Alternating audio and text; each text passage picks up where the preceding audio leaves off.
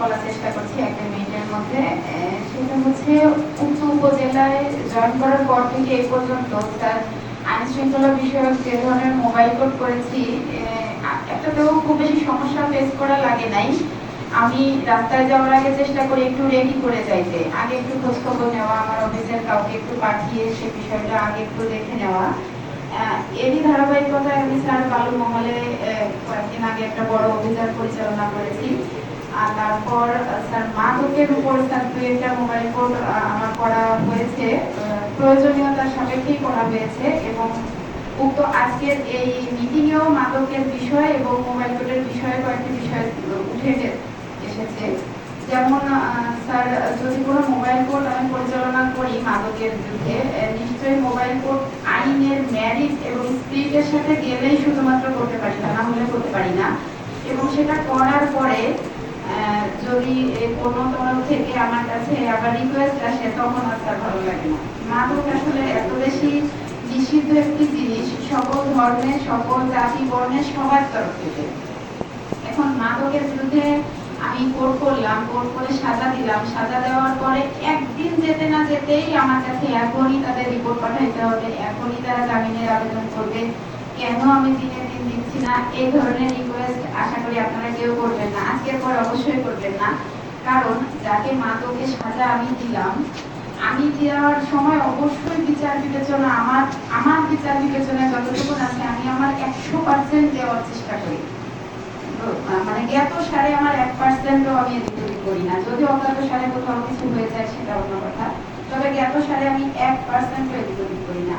সেই মামলার রায় দেওয়ার পরবর্তীতে মিনিটের মধ্যে যদি আবার আমাকে তার নথি পাঠাইতে হয়, মিনিটের মধ্যে যদি তার বিরুদ্ধে জামিনের হয়ে যায়, তাহলে আসলে মেরিটটা আর থাকে না, সাদাটার আসলেই থাকে না। আপনারা যারা এখানে উপস্থিত রয়েছেন, রাজনৈতিক ব্যক্তিবর্গ, অনেক চেয়ারম্যান, তারপর অত্র এলাকার সুদীজন, আপনারা প্রত্যেকে মাদককে এমন ভাবে না বলবেন, এমন ভাবে মাদককে নির্মূল করার চেষ্টা করবেন যে আমাদেরকে দিয়ে আপনারা অভিযান পরিচালনা করাবেন, বেশি বেশি অভিযান পরিচালনা করাবেন। তা পরিচালনা করতে কোনো আপত্তি নেই, অবশ্যই আমি এই অনুষ্ঠানের নির্দেশনা মতে সেই সকল পরিচালনা করব। এবং তারপরে আপনারা কোনো সুপারিশ করবেন না, মাদককে এতটাই না বলবেন যে তারা আসলে আপনারা ভাই বোন আত্মীয় স্বজন কিছু বলে থাকবে না, কোনো নেতা কর্মী কিছুতেই থাকবে না, যাতে তাদের বিরুদ্ধে আর পরবর্তীতে অন্যান্য সকলের বিরুদ্ধে কার্যক্রম পরিচালনা করতে সুবিধা হয়।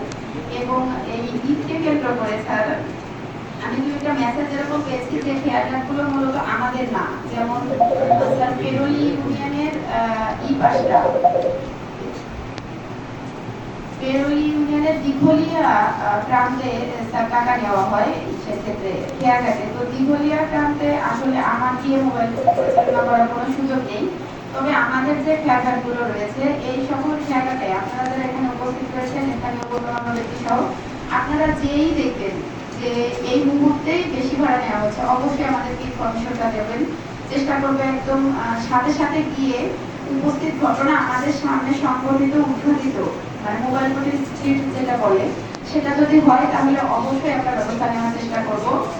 আর এই ঈদকে কেন্দ্র করে আপনারা দূর দূরান্ত থেকে যারা আমাদের উপজেলায় আসবে, উপজেলার ছুটি কাটানোর জন্য আপনারা এসে মানে কোনো ধরনের অপ্রীতিকর সিচুয়েশন তৈরি করবেন না, এই দাবি রইবে আপনাদের কাছে। আর যদি বাই ডিসটেন্স কোনো তৈরি হয়ে যায় তো আমাদেরকে অবহিত করবেন। পুলিশ ওসি সাহেবরা যা বললেন যে আমাদের ছুটি নেই, কেউ স্যারের কোনো ছুটি নেই, আমারও কোনো ছুটি নেই, আর আমরা ছুটির কথা আসলে ভাবিও না। এই চাকরিতে যত বছর হয়েছে জয়েন করেছি, এখনো কোনো ঈদের ছুটি পাবো এমন আশা কখনো করি নাই, ছুটি কখনো চাই নাই, এবং ছুটি আর চলে বছরও থাকবে না। তো আমরা মাঠে থাকবো, আপনারা আপনাদের যে কোনো প্রয়োজনে আমাদেরকে জানাবেন। আইন শৃঙ্খলা পরিস্থিতি কোনো ধরনের অবনতি না হোক, আমরা নির্বিঘ্নে একটি সুন্দর ঈদ উদযাপন করি, এই শুভকামনা রেখে এবং সকলকে অনেক সালিশ মীমাংসা বলবে।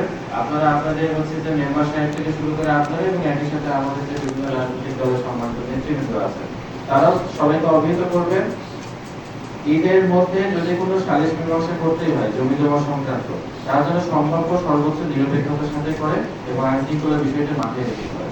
ঈদে এত জায়গায় অসুবিধা হয়, যেমন বিভিন্ন জায়গায় আমাদের যারা তরুণরা আছে তারা হয়তো যত্রতত্র বাইক চালাচ্ছে, আমরা এবার বাইকের বিরুদ্ধে স্পেশালি আমরা মোবাইল কোড করবো। আমরা আগে জানিয়ে রাখছি সবাইকে।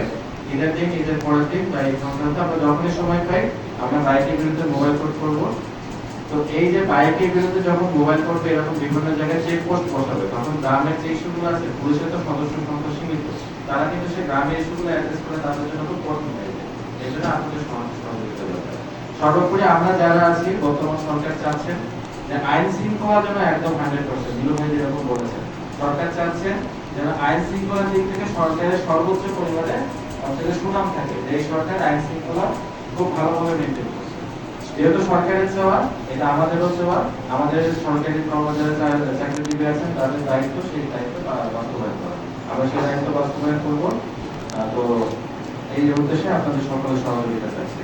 আমাদের একটু পরে আমাদের পরবর্তী মিটিং শুরু হবে উন্নয়ন সম্বন্ধে। আমরা হয়তো ওখানে খুব বেশি সময় নিব না। আমাদের পরবর্তী মিটিং এ যারা সদস্য আছেন তাদের সবাইকে মিটিং এ এরূপে বসার আহ্বান জানিয়ে এবং বর্তমান মিটিং এ যারা আছেন